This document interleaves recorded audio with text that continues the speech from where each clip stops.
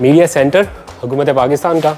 यहाँ पर आप देख सकते हैं पीटीवी के ऑफिशियल कैमरामैन जो हैं वो स्टैंडिंग पोजीशन पर हैं। वो रिपोर्ट जो प्राइम मिनिस्टर इमरान खान को आज पेश की गई है, उन्होंने इसका पूरा जायज़ा लिया और फवाद चौधरी साहब ने ख़ास तौर पर इसी के लिए बनाया, जब वो वज़ीर इत्तलात बने वहाँ पर फवाद चौधरी साहब बैठ जाएंगे, उनके साथ जो भी हुकूमती शख्सियत बातचीत करना चाहे। बहुत सारे नौजवान ये गिला करते हैं कि उनको ये रकम नहीं मिल रही।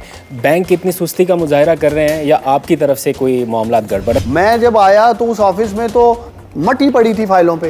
वो तो फाइलें ही नहीं मिल रही थी कि कर्जे दिए कैसे गए हैं। इस साल का हदफ है 2022 का, जो नौजवान मुझे सुन रहे हैं, वो 50 अरब रुपए का है। बिस्मिल्लाहिर्रहमानिर्रहीम, अस्सलाम वालेकुम। मैं हूं अब्दुल कादिर और आप देख रहे हैं आपका अपना यूट्यूब चैनल।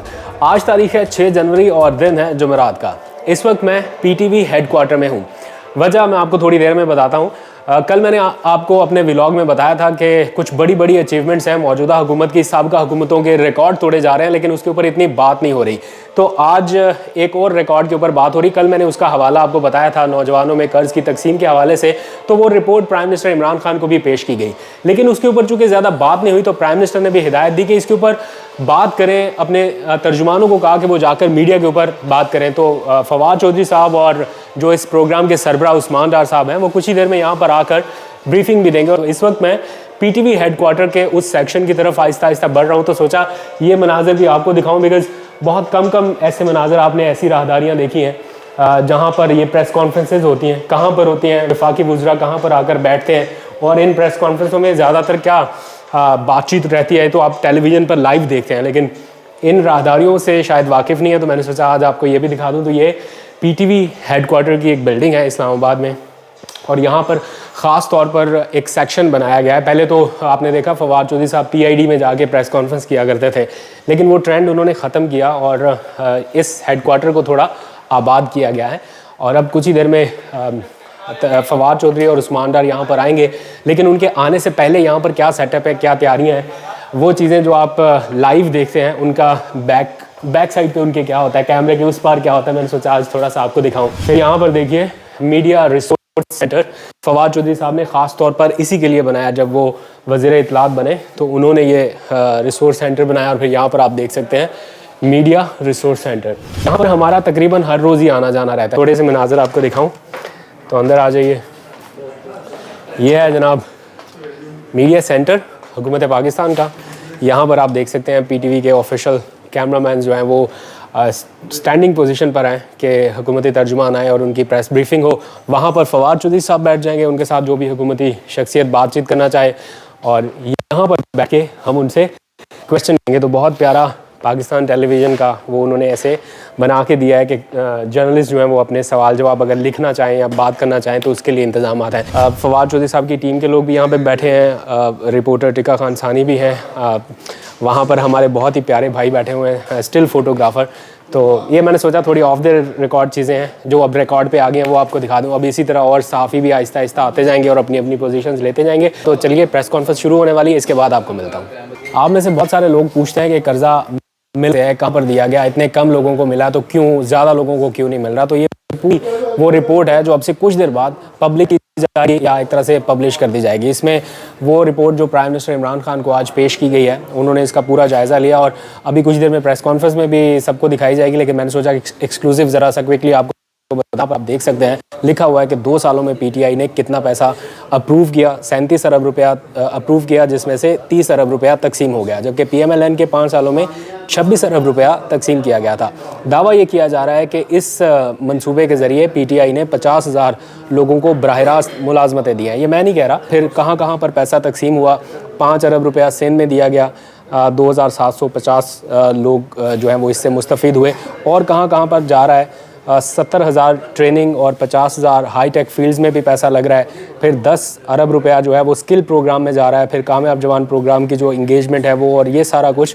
तो पंजाब, सिंध, केपी, ये आप स्क्रीन को ज़रा फ्रीज़ करके भी ये सारी चीज़ें पढ़ सकेंगे कि ये 30 अरब रुपए से ज़ायद की रकम इन सूबों में तकसीम हुई है, फिर बिज़नेस टाइप कौन सा था। तो मुझे सबसे जो अच्छी बात लगी इसमें जान के वो ये कि बिज़नेस स्टार्टअप्स में सबसे ज़्यादा पैसा इन्वेस्ट किया गया है, और फिर एग्जिस्टिंग जो बिज़नेस है, लोगों का जो जारी कारोबार है, उसमें भी फिर पैसा दिया गया। तो 18 अरब रुपए जारी कारोबार में और 11 अरब रुपए नए स्टार्टअप्स के लिए। और स्टार्टअप्स में इन्वेस्ट करना इतना शानदार काम है। आज 11 अरब रुपया अगर डिस्पर्स किया गया है स्टार्टअप्स में, तो ये कल को आपको कितना वापस लौटाएगा इसका अंदाज़ा करना मुश्किल नहीं है। बहुत सारे नौजवान ये गिला करते हैं कि उनको ये रकम नहीं मिल रही। बैंक इतनी सुस्ती का मुजाहरा कर रहे हैं या आपकी तरफ से कोई मामला गड़बड़ है, ये थोड़ा क्लियर करेंगे? देखें, एक तो इस स्कीम में तकरीबन कोई 12 लाख के करीब नौजवानों ने अप्लाई किया था। हमने 1 लाख नौजवानों में ये 100 अरब तकसीम करने थे। एवरेज लोन हम एक्सपेक्ट कर रहे हैं 10 लाख रुपए का होगा। आल दो कि 1 लाख से 2.5 करोड़ का ये प्रोग्राम है, उसको हम 5 करोड़ तक लेके जा रहे हैं। तो अभी तक जिस तरह हमने तकरीबन आप कह सकते हैं 25,000 नौजवानों को कारोबार शुरू कराने में कामयाब हुए हैं, और मज़ीद 75,000 जो हैं ये जो बैलेंस्ड 70 अरब हैं उससे शुरू कर सकेंगे। तो पहले तो मैं क्लियर करूँ कि ये 1 लाख नौजवान पहले फेज़ में इससे लेंगे, और जब बाकी 9 लाख को नहीं मिलेगा तो वो यही समझेंगे कि शायद हमें नहीं दिया गया। और उसकी भी एक देखें वजह ये है, मैं ख़ुद इसको देखता भी हूँ, मॉनिटर भी करता हूँ। सबसे बड़ा प्रॉब्लम नौजवानों ये है कि आप लोग तैयारी करके नहीं आते हैं। आप लोग समझते हैं ये ग्रांट है, हम अप्लाई करेंगे और जिस तरह ग्रांट मिलती है वो मिल जाएगी। ये टैक्स पेयर का पैसा है, पब्लिक मनी है। आपके पास बिज़नेस प्रपोज़ल होना चाहिए, बिज़नेस विजिबिलिटी होनी चाहिए। सिर्फ बैंक ने एक चीज़ आपसे तसल्ली करनी है, वो ये है कि आप कर्ज़ की रकम उस बिज़नेस से वापस कर सकेंगे कि नहीं, मंथली इंस्टॉलमेंट वहाँ से आप दे सकेंगे कि नहीं। लेकिन जब आप इंटरव्यू के लिए आते हैं और बैंक देखता है जी कि ये तो इनको उस प्रोडक्ट का ही नहीं पता, इनको उस बिज़नेस का ही नहीं पता, तो लाखों एप्लीकेशंस रिकॉर्डेड इंटरव्यू हैं इस वजह से रिजेक्ट हुई हैं। फिर दूसरा, बहुत बड़ी तादाद में नौजवानों ने अपनी एज गलत बताई। फिर तीसरा, घर में वालिद साहब को चाहिए था तो नौजवान इंटरव्यू दे रहा था, उधर उसको नहीं दिया गया। कुछ नौजवानों ने काफ़ी तादाद में टेलीफोन कॉल्स ही नहीं उठाई। बैंक ने इन्हें 3 दफ़ा कॉल की, चूँकि अननोन नंबर था तो इसलिए नहीं उठाए। तो बहुत सारी वजूहात हैं। ये नहीं है कि ये स्कीम नहीं चल रही। देखिए, ये वाहिद स्कीम है, और मैं ये चैलेंज कर रहा हूँ अपोजिशन को, जिसका डाटा पब्लिक हो चुका है।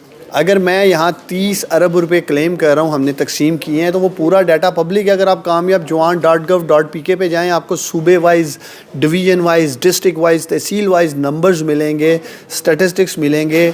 मैंने मीडिया के रिपोर्टर्स की मौजूदगी में सिंगल प्रोफाइल्स कॉल किए हैं, और वो भी सिलेक्ट मैंने नहीं किया, मीडिया के दोस्तों ने किया। जो भी लोग मेरे ऑफिस में मुझे मिलना आते हैं, मैं उन्हें कहता हूँ आप अपनी मर्जी। मैंने खुद आपके पास बैठ के टेलीफोन कॉल्स किया। आखिरी बस क्विकली ये बताएं, मुस्लिम लीग नून के 5 सालों में कितना पैसा तकसीम हुआ, आपके 2 सालों में, क्योंकि 2019 में स्टार्ट हुआ, 2 सालों में कितना? देखिए, हमने 2 सालों में 30 अरब तकसीम किए हैं, और PMLM ने 26.8 अरब किए हैं, और 5 सालों में। और बाकी भी हमारे प्रोग्राम, जैसे मुराद सही साहब को भी आपने देखा, सड़कों के मामलात में भी उन्होंने बताया कि हमने ज़्यादा काम किया है। इस तरह अब देखेंगे आने वाले दिनों में हमारी दीगर मिनिस्ट्रीज़ भी जो उनकी परफॉर्मेंस है उनके 5 साल दौर के मुकाबले में सामने लेके आएंगे। तो अभी तक मुझे खुशी है, मुराद सईद हों, कामयाब जवान टीम हो, हम माशाल्लाह कमिटेड हैं। नौजवान तैयारी पकड़ें, ऐसे कई रिकॉर्ड टूटने वाले हैं। 2021 में सिर्फ 1 साल में 27 अरब रुपए तकसीम किए हैं। तो इंशाअल्लाह ताला जो हमारा इस साल का हदफ है 2022 का, जो नौजवान मुझे सुन रहे हैं, वो 50 अरब रुपए का है। और 50 अरब तकसीम करने के बाद तकरीबन 20 अरब रहेंगे, जो हम 2023 में इंशाअल्लाह ताला बआसानी हासिल कर लेंगे अपना हदफ। मेरी कोशिश होगी कि हम इसी साल 100 अरब मुकम्मल करें, ताकि 2023 में मज़ीद 100 अरब रुपए पाकिस्तान के नौजवानों के लिए हम प्राइम मिनिस्टर इमरान खान साहब से लें। PTI के अपने जो डाई हार्ट लोग हैं वो इसी तरह परफॉर्म कर रहे हैं। नौजवानों को जब प्राइम मिनिस्टर ने मौका दिया तो आपने उसका रिज़ल्ट भी देख लिया, लेकिन बहुत सारे लोगों को ये शिकायत भी है कि ऐसे लोगों को जब लाया गया, जो पैराशूटर्स थे, वो उस तरह का रिज़ल्ट नहीं दे सके, और बारहा प्राइम मिनिस्टर इमरान खान के लिए एम्बैरेसिंग सिचुएशन पैदा करते हैं। साल उनके 5 साल, आपके 2.5 साल, यानी फ़र्क क्या है? देखिए, सच पूछिए तो जब 2020 में कोरोना आया, जैसे ही हमने ये प्रोग्राम लॉन्च किया, तो मैं ख़ुद फ़िक्रमंद था कि कोरोना पेंडेमिक में मुईशत तबाह हाल रही पूरी दुनिया में, कारोबार बंद होना शुरू हो गए। तो हम ये फ़िक्रमंद थे कि ये नौजवान जिनके लिए हम ये 100 अरब रुपये का प्रोजेक्ट लेके आए हैं, ये पता नहीं चल सकेगा कि नहीं। तो अल्लाह ताला का शुक्र है, 2020 में तो हम सिर्फ 3 अरब रुपए तकसीम करने में कामयाब हुए, लेकिन 2021 में अल्लाह ताला के फजल व करम से और टीम कामयाब जवान की मेहनत से, प्राइम मिनिस्टर की रहनुमाई से और दीगर मिनिस्ट्रीज़, फिनेंस मिनिस्ट्रीज़ की अगर मैं बात करूँ, असद उमर साहब उसका हिस्सा रहे हैं, हफीज़ शेख साहब रहे हैं, फिर अब शौकत तरीन साहब, इन सब ने मेरी मुआवनत की, मेरी रहनुमाई की, सरपरस्ती की, मदद की, और हम सब ने मिलकर, जो मैं टीम कामयाब जवान की बात करूँगा, 27 अरब रुपये 2021 में हमने तकसीम किए हैं। तो मजमूई तौर पे 30 अरब रुपए 2 साल में हम तकसीम करने में कामयाब रहे, जो कि नून लीग, चूँकि मरीम नवाज साहिबा ख़ुद इस प्रोजेक्ट को देख रही थी, जो तकरीबन 1.5 साल उन्होंने पहले ख़ुद काम किया, और जो मैंने देखा भी, वो मुख्तलिफ डायरेक्शंस भी देती रहीं कि इसको लोन मिलना चाहिए, इसको नहीं मिलना चाहिए। तो मुझे खुशी है कि उनके अपनी इन्वॉल्वमेंट के बावजूद वो 26.8 अरब के करीब तकसीम कर सके, जो कि टीम कामयाब जवान ने 2 साल में काम किया। देखिए, इसकी सबसे बड़ी वजह मैं कौम के और आपके नाजरीन के सामने रखना चाहता हूँ कि इसकी कामयाबी की वजह यह है कि ये मेरिट बेस्ड है, कोई पॉलिटिकल इंटरफेरेंस नहीं है। 21 के 21 कमर्शियल बैंक्स इसमें पैसे तकसीम कर रहे हैं। PMLN के प्रोग्राम में भी 21 के करीब बैंक्स थे, 20 के करीब बैंक्स थे, लेकिन काम सिर्फ 2-3 बैंक ही कर रहे थे सरकारी। प्राइवेट सेक्टर ने देखा ये तो सारा सियासी बुनियादों पे चलाया जा रहा है, जो इन लोगों की रवायत रही है, ये तो पैसा अपने रिश्तेदारों में बांट रहे हैं, अजीज़ों कारब में बांट रहे हैं, पॉलिटिकल स्टाइल से चला रहे हैं। ठीक उसी तरह PMLN ने यूथ प्रोग्राम अपना चलाया, जैसे येलो कैब चलाई। Meritocracy, transparency, digital platform. मैं जब आया तो उस ऑफिस में तो मटी पड़ी थी फाइलों पे, वो तो फाइलें ही नहीं मिल रही थी कि कर्जे दिए कैसे गए हैं। जब मेरिट की बात आती है तो अकाउंटेबिलिटी की भी बात आती है, तो 10 लाख से ज़ायद एप्लीकेशन, सिर्फ 30 साल कर्ज, ये क्यों? देखें, ये 100 अरब का पैकेज 1 लाख नौजवानों के लिए था। 10 लाख हमारा एवरेज था कि कारोबार शुरू करने के लिए देंगे। अगर मैं उस कॉन्टेक्स्ट में देखूं, 30 अरब के अगेंस्ट तकरीबन 25,000 बिजनेसेस का मतलब है कि बाकी 70 अरब रुपए में अगर 10 लाख से हम चलते हैं तो वही 90,000 100,000 के करीब कारोबार शुरू हो जाएंगे।